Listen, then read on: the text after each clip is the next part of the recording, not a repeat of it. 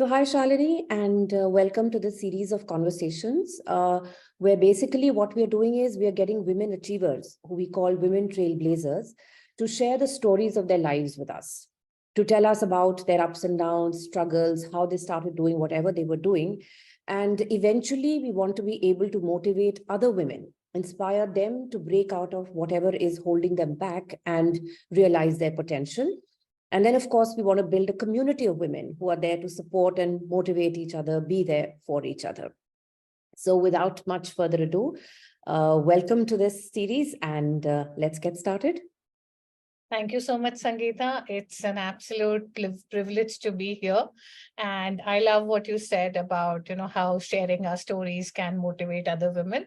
I think that is a really, really great thought behind About Her, and lovely platform, and all the best to you and the platform. Thank you so much. Okay, so as an icebreaker, so tell us a little bit about your early life, your childhood, and where you were born and things like that. So I am basically, I was born and brought up in Delhi. In a very cosmopolitan kind of an environment. Both my parents are doctors, and I had a very, I do not think that there was anything really exceptional about my childhood.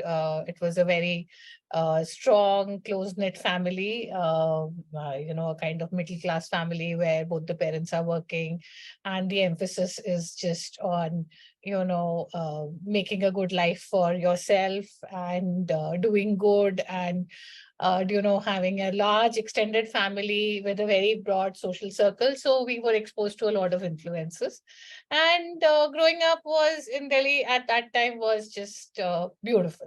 And I think Delhi is still a part of me, thanks to that. And so once I finished my school, I joined my medical training at the Lady Hardinge Medical College, again in Delhi. I'm very, very fortunate, and this is going to come as a really surprise to a lot of people. I have never even lived in a hostel. So from that point of view, maybe I had a very protected upbringing. I don't know. So I joined my MBBS in Lady Hardinge Medical College, and then I studied, I specialized in pathology, and started a career. So I think that way it's been a very routine kind of childhood and early adulthood. Okay. So is there any particular memory that pops out and, you feel that it was because of that, some experience you had or the way you were raised, which has made you the way you are today? Of course, I think not one, but I think all of us are products of how we were raised and how we responded Absolutely. to, those experiences. So in our home, the emphasis was always on, being there for each other, doing the right thing. And that is very much a part of me even today. And also, we had a very, very broad social circle, both family, friends, extended family. So, they are very, very integral to our life even today. And we remain connected. And, there was a time when, as a child or even in college, you feel that all this is very irrelevant. All you want is your own group of friends or a few cousins. But now, as you grow, you realize how important those values were, and how important it is to cherish those ties and, those connections with your roots, actually. So that is a part of me, because both my parents have been very particular about, maintaining those, being consistent in those relationships. Okay, great. Okay, so how did you decide to be a doctor? Because your parents were doctors. Okay, so that's when I passed school, I actually didn't have any big plans to be a doctor. I think, at that age, a lot of us are rebelling and we don't even know what we're rebelling against. So I actually thought that I don't want to be a doctor. I want to do something different. Okay. And yeah, so I actually, went and I joined Delhi University. I got a good course in Lady Shri Ram College. But once I started that, I actually thought about what I want to do and not what I don't want to do. Okay. And somewhere I think that is where the experiences of childhood, of those dining table conversations, of seeing both your parents go to work every day as doctors, then they began to crop up. And that is when I decided that, okay, let me try, let me give the exam, because it's not an easy thing to do. So Yeah. I actually, it was a sort of a delayed reaction. I dropped a year, which Mhm. is, which is surprising. But then, it was important, because then I was finally doing what I thought I wanted to do. If Yeah. I'd taken the same decision a year back, I probably would have done it because everyone expected me to do it, like you're saying. Mhm, From mhm, day mhm. one, when we were children, everyone used to come and ask us that, oh, your parents are doctors, so you're going to become doctor. So Yeah, I yeah. have this thing that I really thought it over and I became a doctor because I wanted to become a doctor. That's, I So think, that's very important. Yeah, yeah, yeah. yeah, especially, when you're training and you're studying so much, it's you need to know that you really wanted to do this. So that's how and then I was, of course, fortunate enough to get admission in one of the best colleges Yeah, and, yeah, yeah. start my career that way. Okay. So, any particular challenges that you think you faced in your journey? I think training as a doctor itself is very challenging. So It I is. had the usual challenges of trying to, understand how to study all that you need to and how to put everything together. So the course itself was challenging, Mm-hmm. passing those Mm-hmm. exams, giving further exams to be able to get a area, a field of specialization which you want is also a challenge.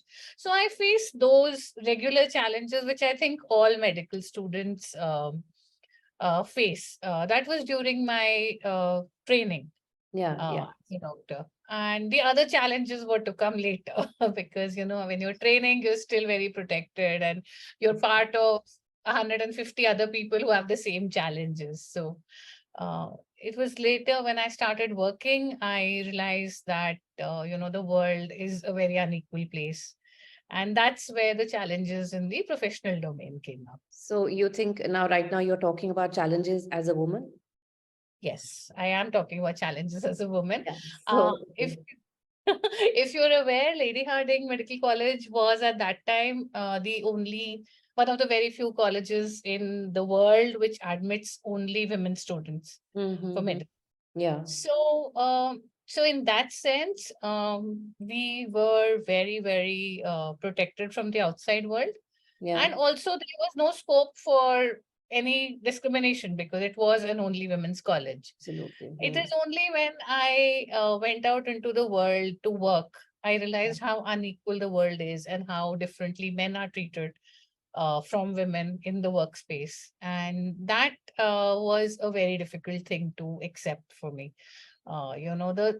There's so much stereotyping, there is so much misogyny, there is so much cultural expectation of the way you're supposed to behave.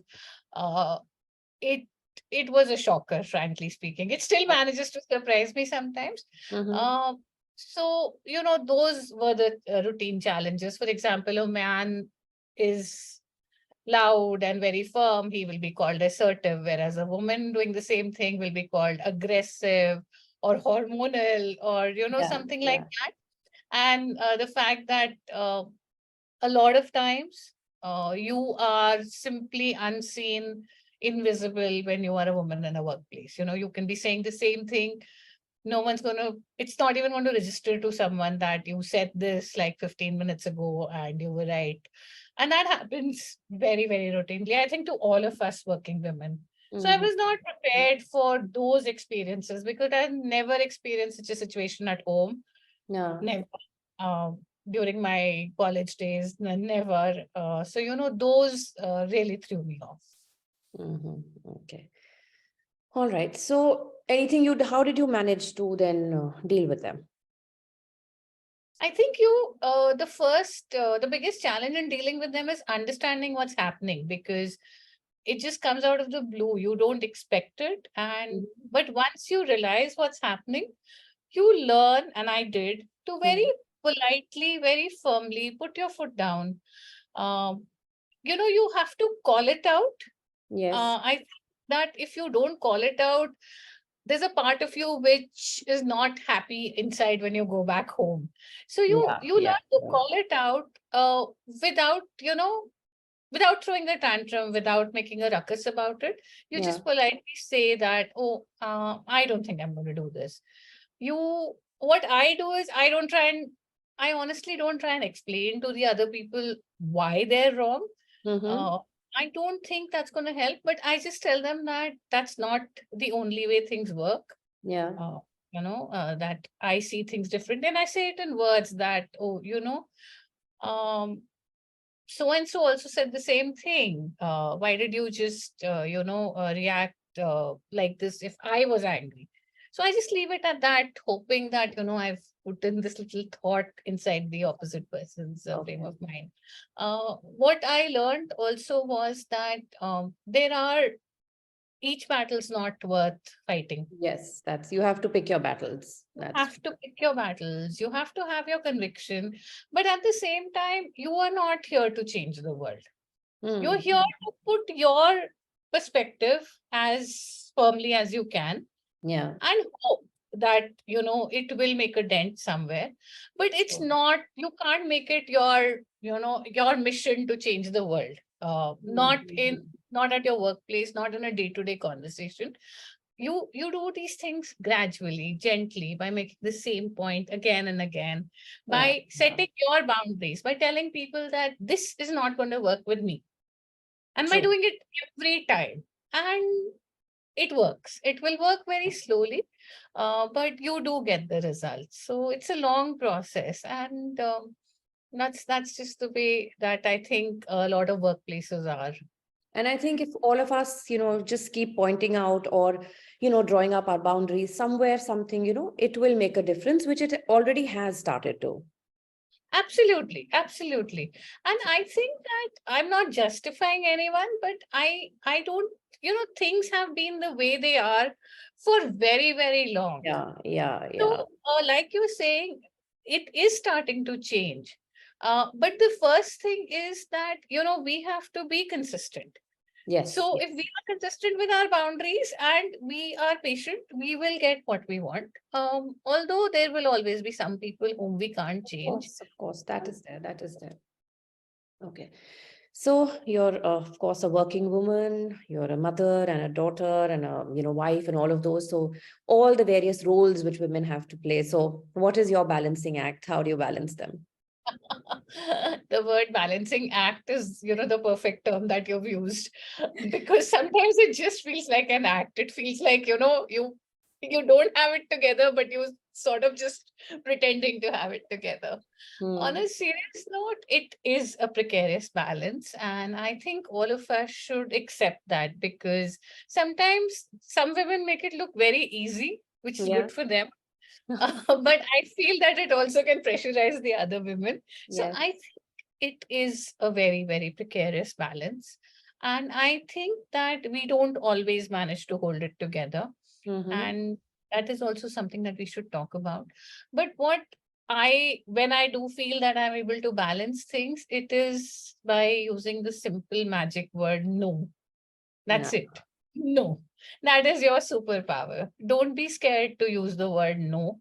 Yes. Don't feel guilty for using the word no, because if you are saying no, it's often that you're saying yes to yourself, and Yes. you're saying yes to what you need to survive.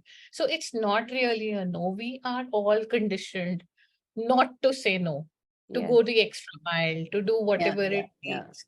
I think if you overcome that barrier of, the conditioning that we have, and you simply learn to say no, even to important stuff, even to important people, you will gradually realize that the balance is happening.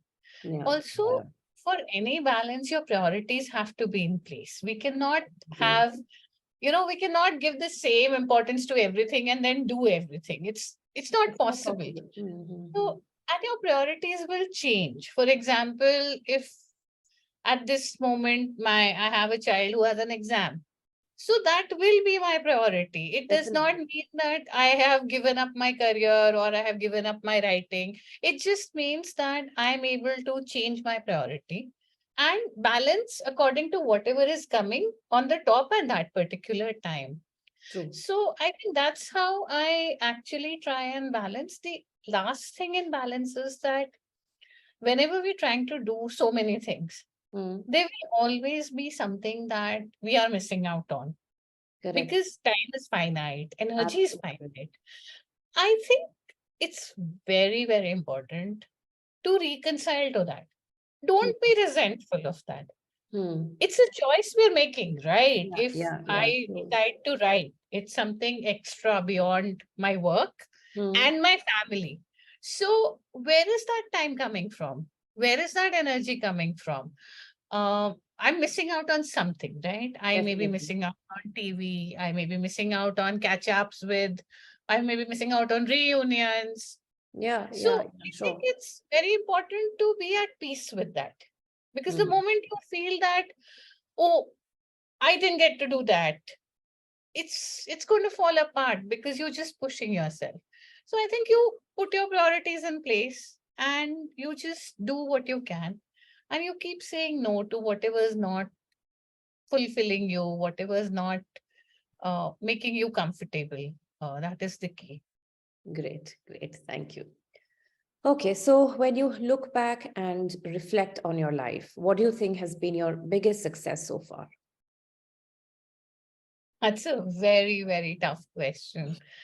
Um, So I've thought about this, and I thought I've, whenever something important or some major milestone happens, whether it is at work or in writing, Mm-hmm. I do think about this. But I think that the biggest success is actually now that I don't measure success by these metrics anymore. Okay. Uh, Okay.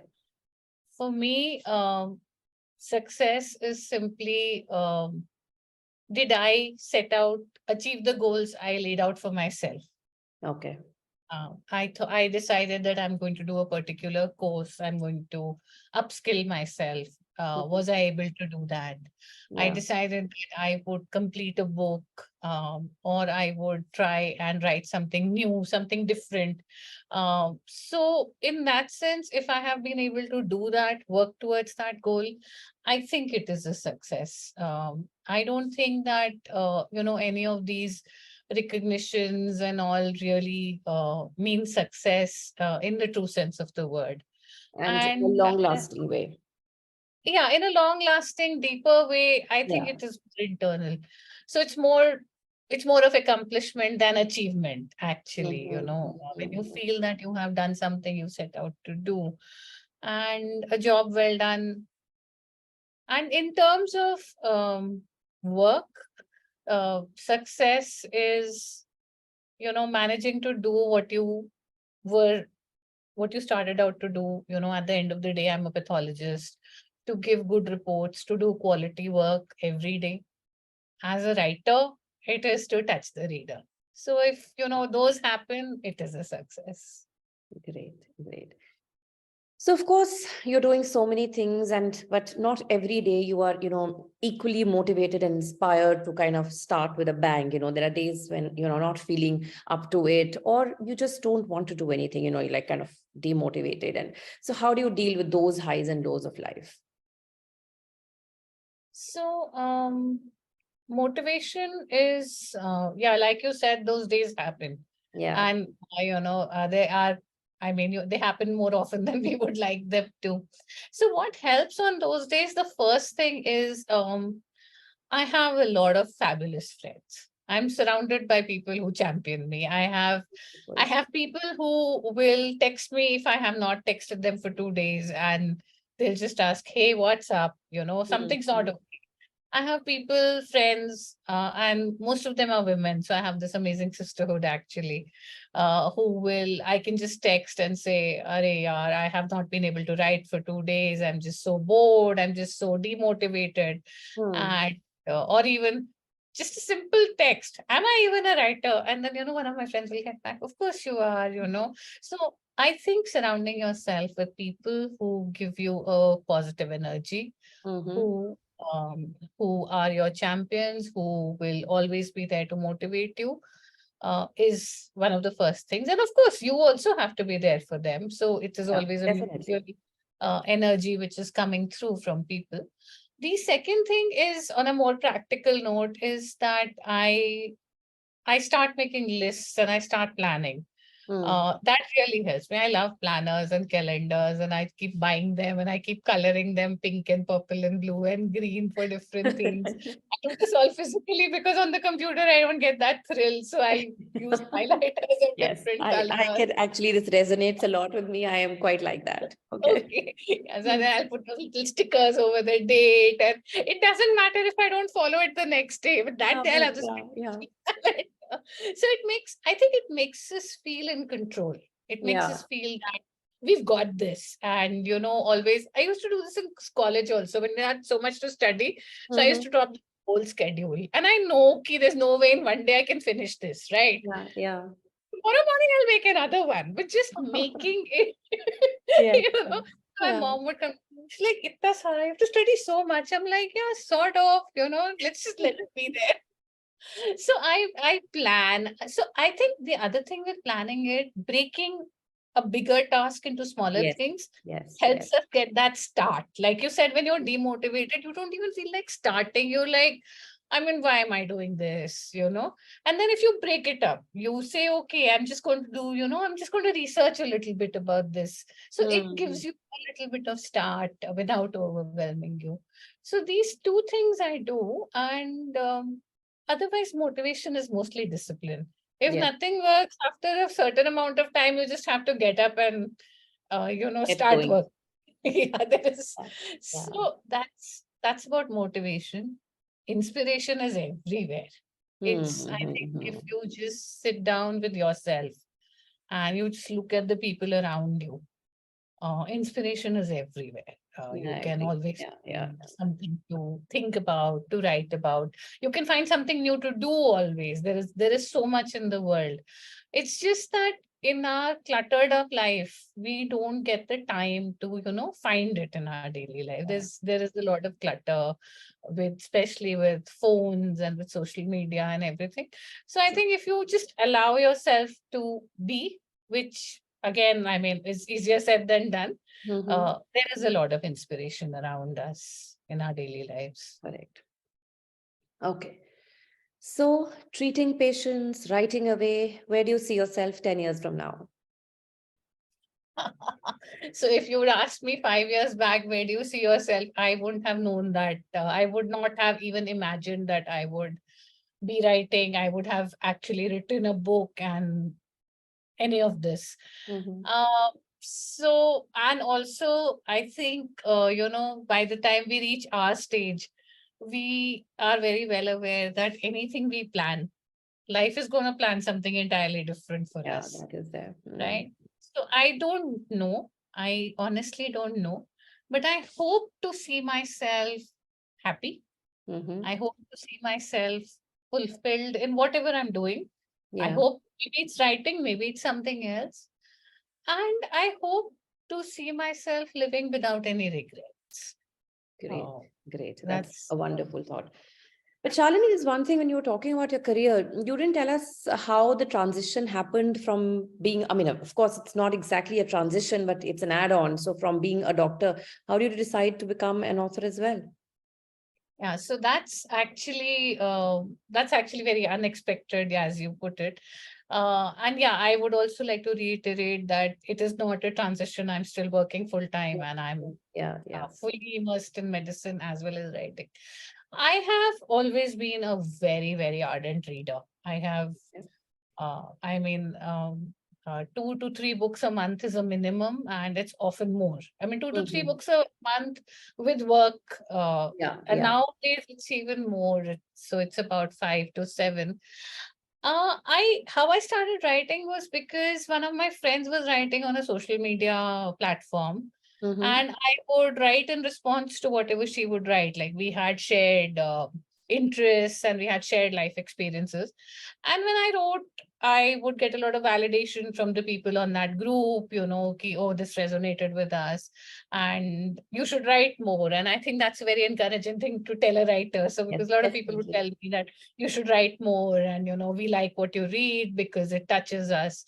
So I started writing for some short story magazines. I began to, just find some contests and send in my submissions too. And I got further validation when, people liked what I read. So this Wonderful. was as late as 2019, actually. Okay, Uh, okay, yeah. Before that, I have actually not been a writer in any way, okay. except for our boring medical research papers. There's nothing creative about that, a lot of information. And then the pandemic happened. I think the pandemic affected everyone. So when the pandemic happened, I had a little more time than I usually did. I Yeah. didn't have a lot of time because we were still working. We were, we had to go to the lab and everything. But yeah, Mhm. our other activities were curtailed. More than that, the pandemic brought a lot of chaos to everyone, of course, Yeah, of every. course. Mhm. But for doctors, we were upfront and close, much closer than others. Mm. So it disturbed me in a lot of ways. So I started writing to, express that. And initially, all my writings were about the pandemic. They were non-fiction pieces about my thoughts about the pandemic, about what doctors were going through. Mhm. Uh, but then it extended on to fiction. So this was where I felt happy and calm when, the whole world was sort of crumbling around us. Yeah, So yeah, that's how it happened. And, then the story, it's classic that a short story became a long story and a long story became a book. yeah. So, Shalini, some of the learnings of your life, I mean, some lessons which life has taught you, certain things that you would like to share with others so that they can also learn. So, okay, the first one's not, it may seem a little harsh, but there can be, or rather, there will be times and moments and instances where you could have done everything right, and you could have been the most honest, sincere person, done absolutely everything the way it was supposed to be done, and be completely right. Mm-hmm. Uh, but it will all come to naught. It Mm-hmm. will all come to naught. And it may even be because someone didn't see it that way, or it could just be without any particular reason. But that's going to happen, Mm-hmm. and it's going to hurt. It's going to hurt, and it's going to. I mean, it's going to be huge, Mm. but it's also going to be okay, because as long as you have your conviction and you know that what you did was the right thing, Yeah. uh, it's okay. It will fall into place.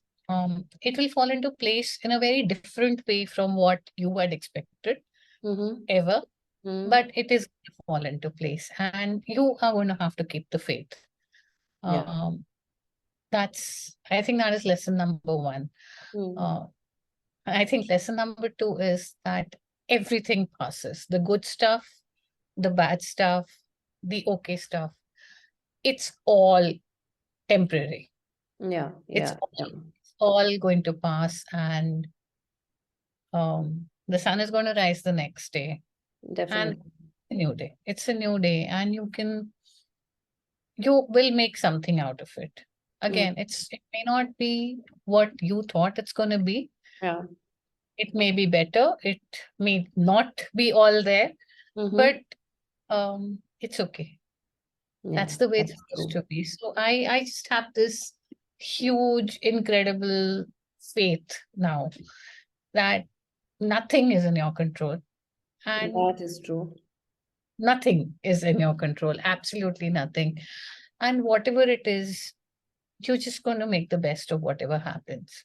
You just have to keep the faith and realize that, like I said, it's not something that you could do to change stuff.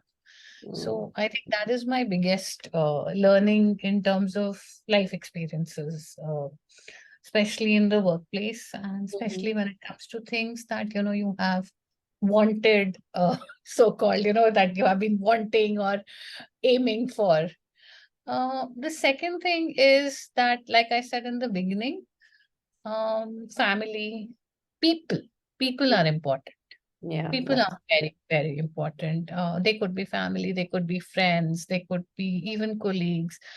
But I do believe that you are touching everyone's lives, yeah, everyone you meet. And it's just nicer if it's nice if you are warm and generous and kind.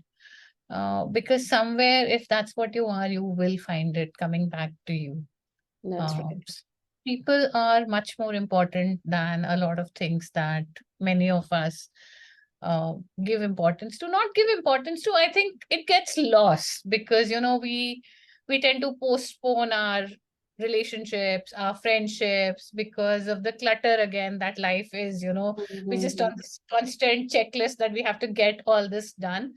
But I think the warmth and the connection that meeting people, that interacting with people who care for us gives us, I think that is a huge source.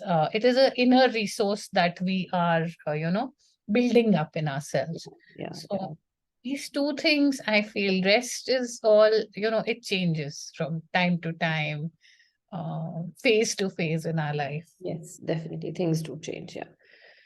So, okay, a successful woman that you are. So, how does the world react? And when I'm talking about the world, I'm talking of both the genders, men and women. So, you've made a mark somewhere, you're known for something. So, how does the world react to it? So that's a very interesting question because there are so many different reactions. Um, the people who genuinely feel for you and the people who genuinely love you are going to be happy and proud. Mm-hmm. Uh, those might be fewer, but they are the important people in your life. Yeah, definitely. But what's more important is for the rest of the world. I think that is probably what you meant more. So Mm-hmm. I think there are a lot of different kind of reactions. You will be talked about, Mm-hmm. will be judged for choices you made, for decisions Sure. you took to get wherever you are. You will be made to feel guilty for missing out on some things to get Mm-hmm. what you did. You will be compared to other people. Yeah. Um, you will be uh, you will also have to give a lot of explanations which you never imagined that you would be asked for. Mm-hmm. I think you'll get all of these responses and many more, but the most important way in which people react to you, which is not always obvious, is fear. And a lot of these responses find their origin in fear.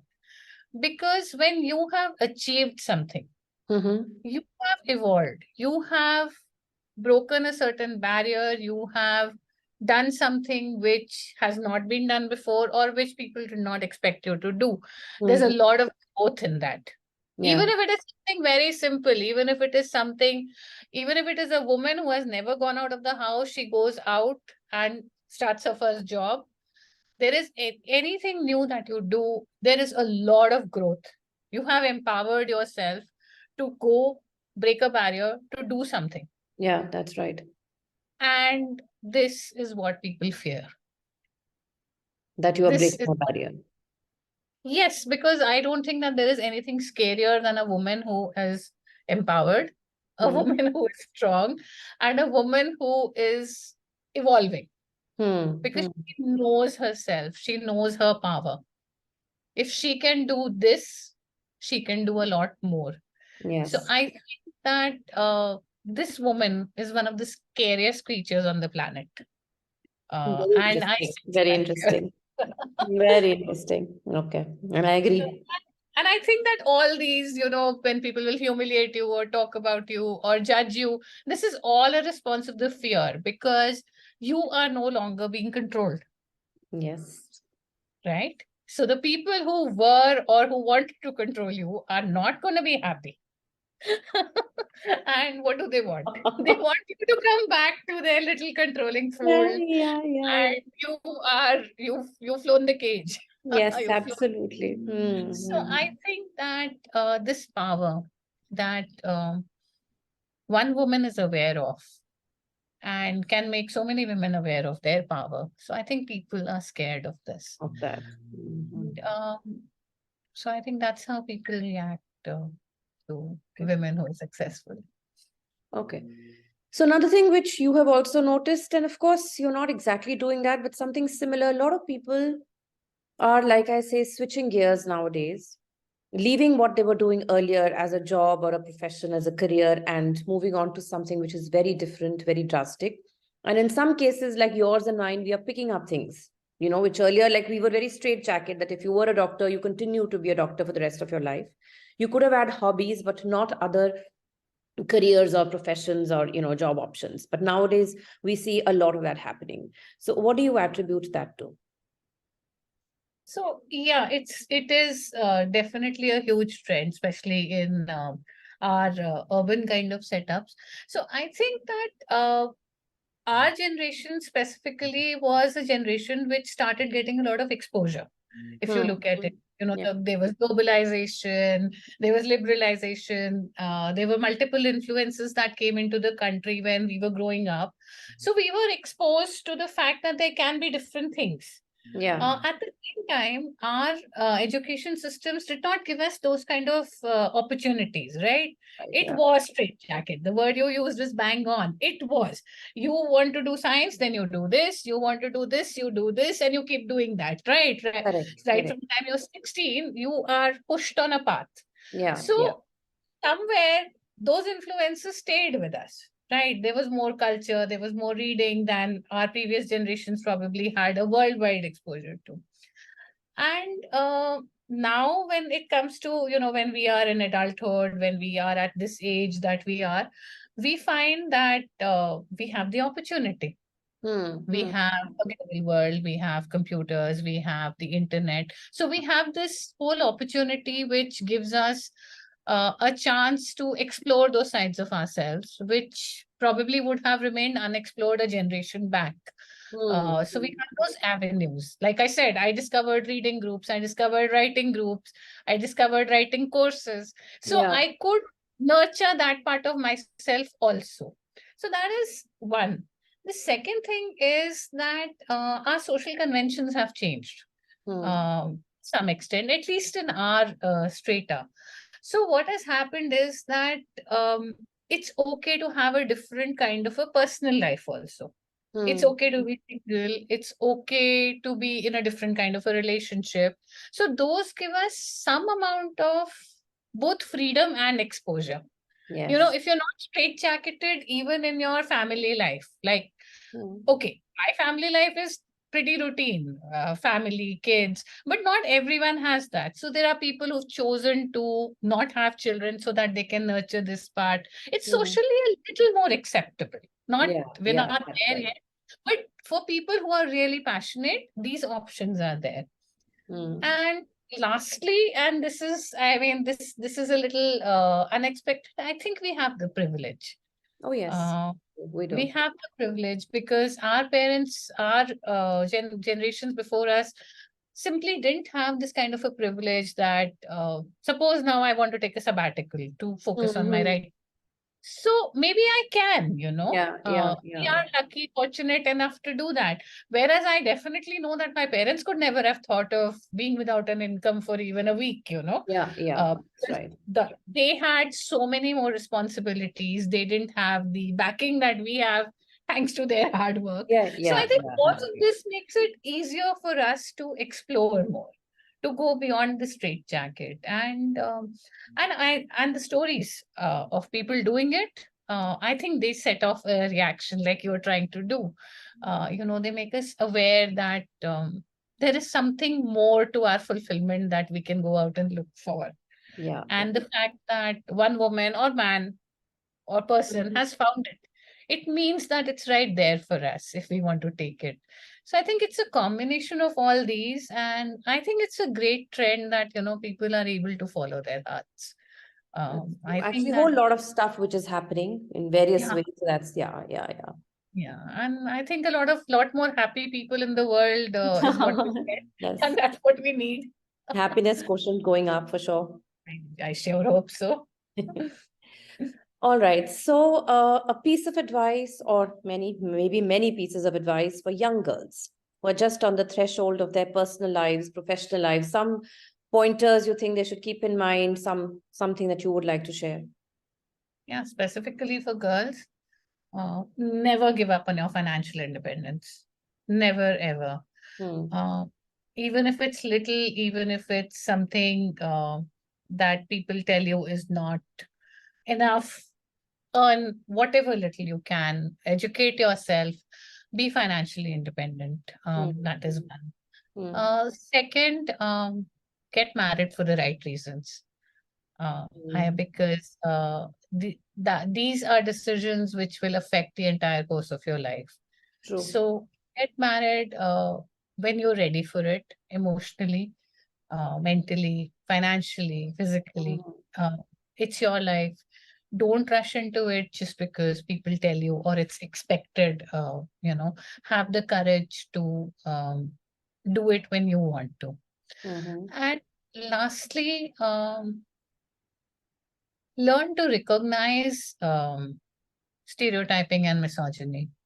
Hmm. I think that is very important because patriarchy is ingrained in us now. Yes. Patriarchy is almost a part of our genotype now. Hmm. So learn, question yourself when you do something. Is this the real me? Hmm. Or is this me under the influence of the world? I'll Interesting. give an example for that. So, and once you realize that you're doing something under pressure Hmm. or that something's not okay, call it out. If you're not comfortable with something, call it out. If you feel that you have been objectified, stereotyped, call it out. Because you're doing yourself a favor, you're doing all the other women a favor. Hmm. But you're Hmm. not going to be able to do that till you know what's happening. Yeah. See, you have to realize one thing that there is, like I said, now it's a part of our genotype. So there are so many what I call default settings in us. Hmm. Like there's this little thing, like if I chose to take my spouse's name after marriage, it was more like it was like something I didn't think about, right? Yeah. It was Yeah. something Right. that Right. everyone does it. But my daughter will not do it. She's like, she asked me, Mom, how could you do this? I'm like, no, I didn't mind doing it. No one forced me. Yeah. Yeah. So get your default settings right. If you don't want to do it, don't do it. If you want to do it, it's okay. So I'll give you one example. So about a year ago, we were applying to a school. We wanted to change one of the kids' schools. And so they had this whole online application process. And I filled it up. I am Mm-hmm. the more active parent when it comes to these things. So I filled up everything. And then I waited for them to call us, and nothing happened. And then I called them one day and they said, we sent you a couple of mails and you didn't reply. So I asked my husband. So he said, yeah, I don't know. Maybe they went to spam. I was traveling. And they had sent him the mails. So I just spoke to the school. I said, yeah, you're sending him the mails. He's traveling most of the time. Mm-hmm. So, the lady just typed something on a computer and she's like, ma'am, you have given it's his email ID, which is listed as the primary parent. Okay. So the school actually had a form which said primary parent and other parent. And I actually filled up his name as primary parent. Yeah. I filled Yeah. it. So, Mm-hmm. that, even after being so aware and after talking to you so much, I actually did that. So the thing Hmm. is that we have to realize that we are also conditioned. Yes. Yes. Absolutely. And not at every moment in our lives are we able to run away from that conditioning. So once you realize, you will automatically change. See, here the school was absolutely right. Yes. Normally, school says father, mother. The school Mm. gave me the choice. I still goofed up, right? So what I'm trying to say is that, you need to understand what exactly patriarchy has done to our society. There are so many things which we just take upon ourselves, women. So Mm. take what you want upon yourself, take the burdens that you can carry, question these things, and then live your life, and then you'll find gradually that your life is very different. So that's what I want to, actually tell girls. Okay, great. Very, very actually insightful. Okay, so there's one thing that we hear a lot, which I personally don't agree with, but then, it's kind of there, that a woman is a woman's worst enemy. What do you have to say about that? I will not ask you whether it's true or not. I just want your views on that. Yeah, so we do hear that a lot. And I think it's also perpetuated by I don't watch a lot of TV, but I think by the serials and by the movies around us also serve to perpetuate that. So what I think about that is that uh,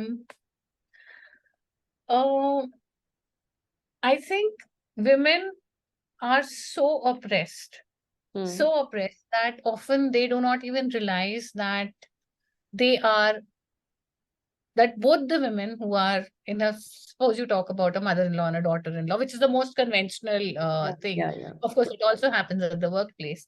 So they don't even realize that they are themselves oppressed. They are Hmm. both of them are on the oppressed side by patriarchy.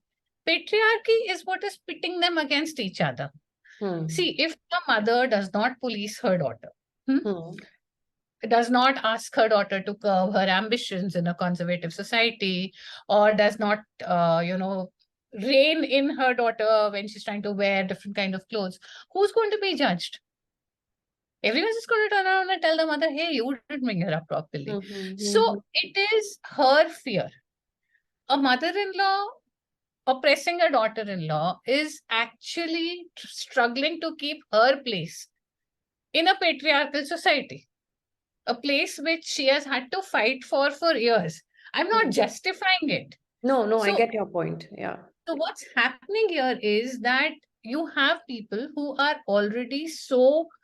so much patriarchy ingrained in them that Hmm. the women are becoming the keepers of patriarchy. Hmm. They Hmm. are becoming Hmm. the Hmm. proponents of They don't patriarchy. realize what they are doing, but Yes, yes. they Again, don't realize conditioning it. also. Exactly. It's their conditioning, it's their lack of knowledge. They have probably never been exposed to a good sisterhood. I don't think they are aware of its power. Because Hmm. from day one, you are pitting women against women. And my question after this is, so who gains if the women are not getting solace in each other? Hmm. If that universal sisterhood that we talk about, that you are trying to foster with about her, if that is not happening, who's gaining? It's the men, right? True. So it suits them to keep this kind of a myth alive. It happens at the workplace also. Two men will have an argument about something professional, Yeah. right? They have a great argument. They might even become a little aggressive and a little, loud about it.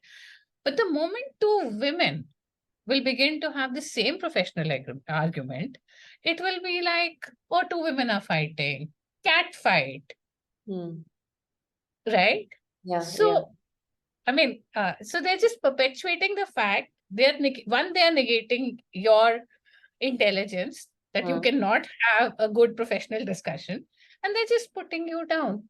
So I don't think that women are women's worst enemies. I think most serial killers, most criminals, everything is male dominated. Yeah, yeah, for sure.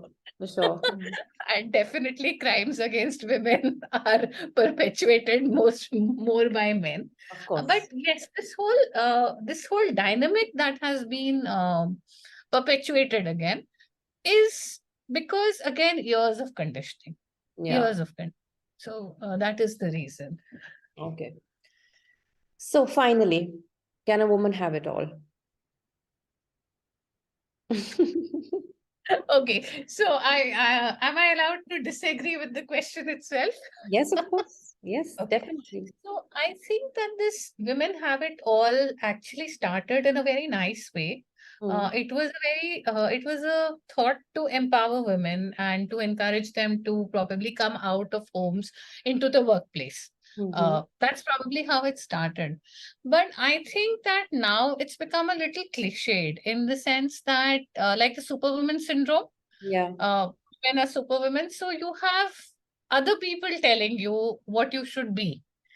So you don't ask any men if men can have it all. Because The I think they benchmark, believe they have it all anyways. I think they don't have anything. But yeah, No, they yeah, believe. I'm not saying they have. they They believe. believe. Yeah, they believe. So the thing here is that one, I don't want to put any question to women which we are not putting to men. We Definitely. don't. The second thing is that when we talk about women having it all these days, I think again, like superwoman syndrome, it's putting pressure on a woman. I think we should now normalize not having it all. Like honestly speaking, I hate cooking and my children don't get home cooked food every day. And this is my all.